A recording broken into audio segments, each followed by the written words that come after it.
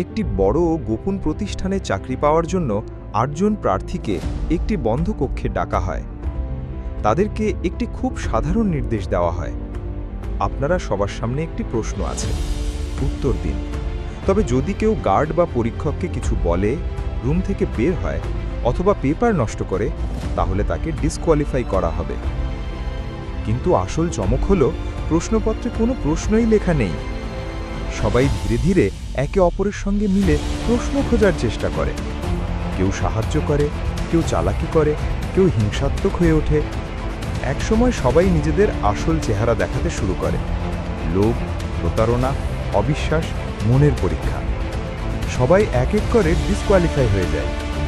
শেষে একজন প্রার্থী বুঝতে পারে প্রশ্ন আসলে কি, আর সেই সঠিক প্রশ্ন ধরতে পারার কারণেই সে জিতে যায়।